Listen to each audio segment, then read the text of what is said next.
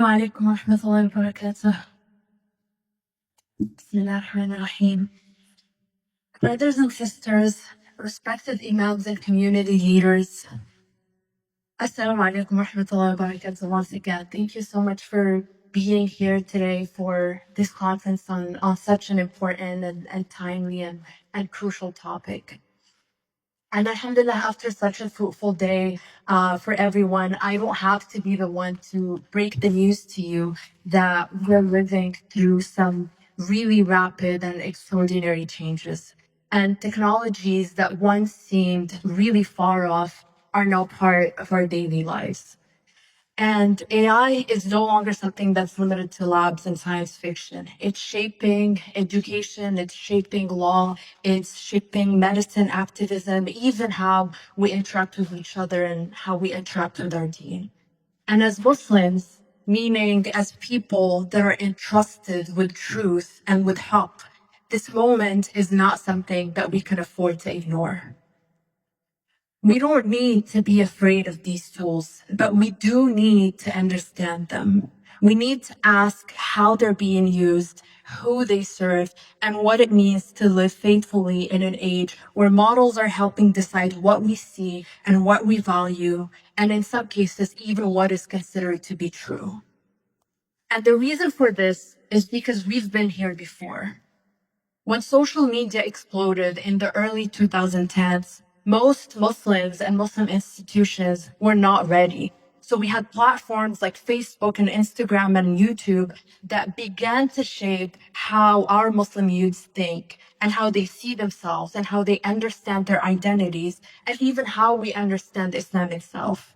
And we let Western companies define this narrative. And as a result, we're still playing catch up today on this social media front, where we let algorithms by others decide what correct Islam is. And we watched while our scholars got shadow banned, our activism got censored, and we watched our youth spiral into confusion or hypervisibility. And all the while, our communities often remained unaware of how this digital world was shaping our real, tangible world. And then when advanced surveillance technologies were deployed, Muslims often were the first targets. In the UK, the Prevent strategy used predictive tech to flag young Muslims as pre-criminals based on their beliefs and their online searches. And in my country of Canada, similarly, mosques were watched and facial recognition technology was disproportionately tested in immigrant neighborhoods. And now AI is beginning to take this even further. So you have models that are being used to predict risk based on names and locations. So a model can decide that someone is a higher threat to British society just because he holds the name of our Prophet ﷺ and was born near Al-Haram Sharif. And in Palestine, we're witnessing the most disturbing use of tech in modern warfare. We have AI systems developed by big tech companies like Microsoft, Google, Amazon, and others that are being used to generate bombing target lists in seconds. So these aren't abstract ethics dilemmas. This is genocide that's being accelerated by AI. And all of this is happening not because technology is inherently evil. It's happening because we weren't there first to understand this technology and to then help shape its use. And this might all sound bleak, but let me be very clear. This is not at all a call to despair. It's a call to duty. Because what we're witnessing in Gaza right now, that should shake every single one of us to our core. Not just because of the immense human suffering of members of our ummah, but because of what it reveals about the future of warfare and surveillance and control in the age of AI. Because if we sit back and we wait for others to use and shape AI, then this technology is not staying in Gaza. These surveillance systems are being tested on Palestinians today, and they will be exported tomorrow. So we're watching the beta test of AI-powered oppression, and Palestinians are the unwilling test subjects. And the important thing to also note is that these AI models are not just being used for targeting, they're also being used to justify this targeting. So when a model flags a building as containing threatening infrastructure, that becomes sufficient justification to bomb it. And this machine becomes a shield for actual war crimes. And if we don't become knowledgeable enough about AI and we don't get involved enough, then we will also buy these justifications in the future and we won't know any better. So once again, this is why we cannot afford to remain on the sidelines of this AI revolution. Because every day we delay and every day we choose ignorance over engagement, we allow systems like these to be built without our Muslim voices and without our values and without our resistance. So today we see that the oppressed are crying not just from physical prisons, but from algorithmic ones. And they're being crushed not just by bombs, but by biased systems that see their very existence as threatening. So what is our response? Are we building the tools that protect them? Are we training our youth and our communities to understand these models? Are we developing alternatives to serve justice instead of oppression? Or are we sitting back and hoping that someone else will handle the technical details while we focus on quote unquote more important spiritual matters? Because let's be clear, there's no separation between the spiritual and the technological in Islam. When Allah subhanahu wa ta'ala gave us the trust of khilafah on this earth, He didn't exempt certain domains from our responsibility. When He commanded us to enjoin good and forbid evil, He didn't limit that commandment to our masajid and our madrasas. And the Prophet ﷺ said, من رأى منكم منكرا فليغيره بيده فإن لم يستطع فبلسانه فإن لم يستطع فبقلبه وذلك أضعف الإيمان. Whoever among you sees a wrong action, then let him change it with his hand. If he cannot, then with his tongue. If he cannot, then with his heart. And that is the weakest of faith. And today, the wrong actions are being automated. And if we want to change them with our hands, then we need to understand the hands that are currently building them. If we want to change them with our tongues, we need to speak the language of those who are deploying them.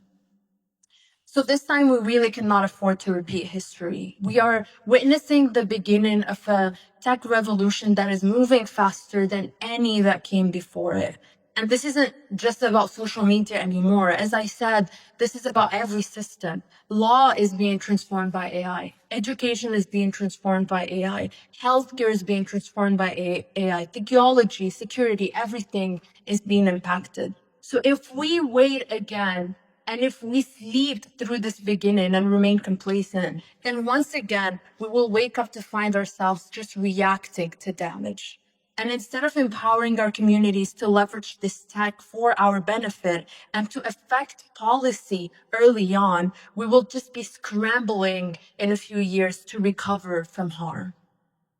And the great news is we are still early enough in the shift to do things differently. This time we can prepare the start. We can learn and we can build and we can shape decision making locally and globally. And what gives me hope in these dark times is that we do not just have brilliant Muslim minds in tech, and we don't just have resources and networks like those present today. It's that we also have moral clarity that comes from submission to Allah subhanahu wa ta'ala, and we have a historical perspective that spans centuries. Because when the Mongols destroyed Baghdad, it seemed like the end of Islamic civilization. And when the Crusaders occupied Al-Quds, it seemed like the Muslims would never recover. And when colonialism carved up the Muslim world, it seemed like we would never be independent again.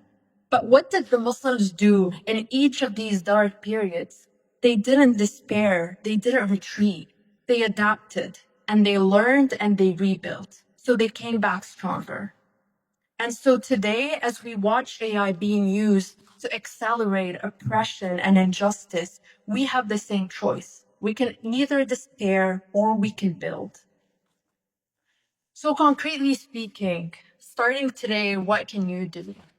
I'll say for our dear Imams and Khatibs, you should learn the basics of AI technology, not just so you can leverage it, as has been discussed, but so that you can also guide your communities of all ages confidently. And you should encourage your students and working professionals in your messages not to shy away from this field, but to engage with it responsibly. Use your platform, use the minbar to raise important ethics discussions that are rooted in Islamic teachings. And more than that, frame this as a religious obligation. When you speak about AI, don't present it as some optional interest for tech-minded Muslims. Present it as a fard kifaya, as a communal obligation. Just as the Ummah needs doctors and teachers and engineers, we need Muslims who understand AI and who can build ethical systems that can protect our communities from algorithmic oppression. And make it clear that for a young Muslim in your community to pursue computer science or AI research is not a departure from Islamic values, it's a fulfillment of them. We need our brightest minds working on the most important challenges of our time for our own.